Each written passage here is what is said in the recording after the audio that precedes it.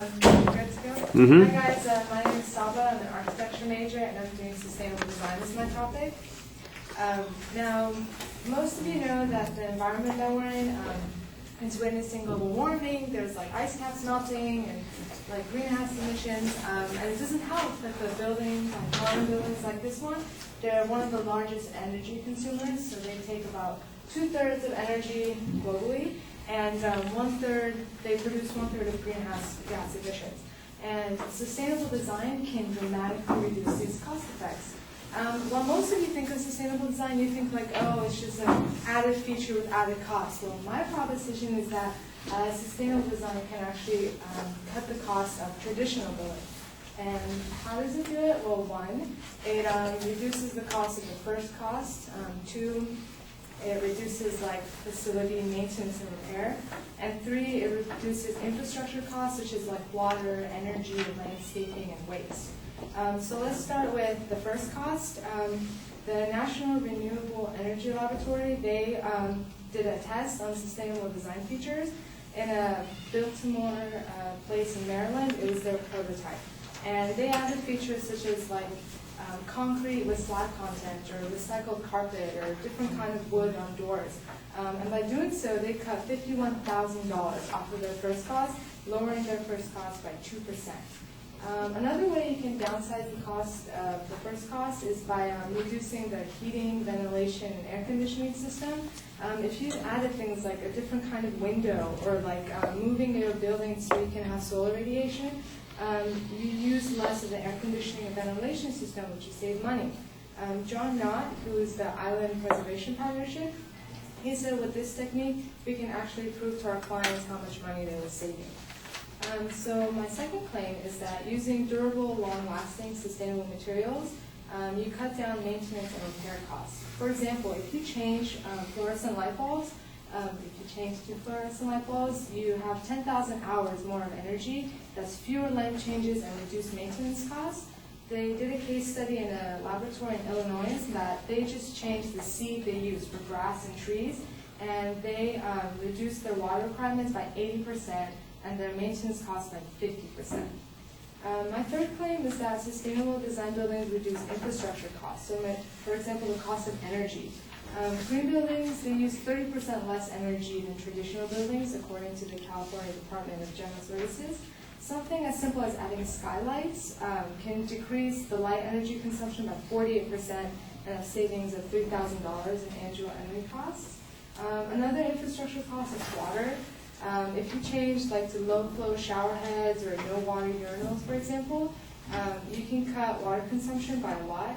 That prototype building I mentioned earlier, they cut their cost by 57% by adding these features. Waste is another infrastructure cost, and nearly 60% of the waste in California comes from these kind of buildings, commercial buildings, according to the Waste Management Board. And if you develop something, they're all so simple things. If you develop a recycling program inside of the building, then you can save so much money by avoiding disposable costs. And then lastly is the claim that sustainable design is more expensive. The thing is that sustainable buildings, sometimes they have a 2% upfront cost, but you're reducing cost of energy and water, and you save money that way. These features result in savings of 20% total construction costs over the life cycle of the building. And not all sustainable buildings have upfront costs. A New York Times editor, Cynthia Banu, she said it's mainly about cutting costs by reducing waste, selling recyclable components, and reusing byproducts. And for a large company, this can mean millions of dollars in annual savings. So in conclusion, reduced costs do not have to come at the expense of higher first costs. The first costs of sustainable buildings can be the same as or even lower than traditional buildings. Some sustainable design features have higher first costs, but the payback period is often short, and the life cycle cost is lower than traditional buildings. Most green buildings have a cost premium of greater than 2%, but they yield 10 times as much over the entire life of the building. So for example, if you want to build like a 2-tower water tower off, be my guest, but of course it's going to cost you more. So not all sustainable features are necessary. There's some optional that they cost more. Sustainable buildings, they can save money while improving your indoor air quality, you're increasing the occupant comfort and productivity, and enhancing the asset value of the building. They also enhance ecosystems, reduce waste, and conserve natural resources. And so in conclusion, sustainable buildings can cut building costs through reduced first costs, maintenance and repair costs, and infrastructure costs. And a real estate agent who sells sustainable buildings, his name is Lockwood, he said that 5 years ago, if you used the term green premium to someone, it meant the buildings would cost more. And now, it means that you will earn more.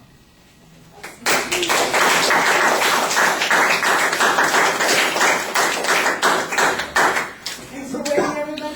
Yes, thank you very much. Let me make my comments really quick. It's very well organized, a good proposition.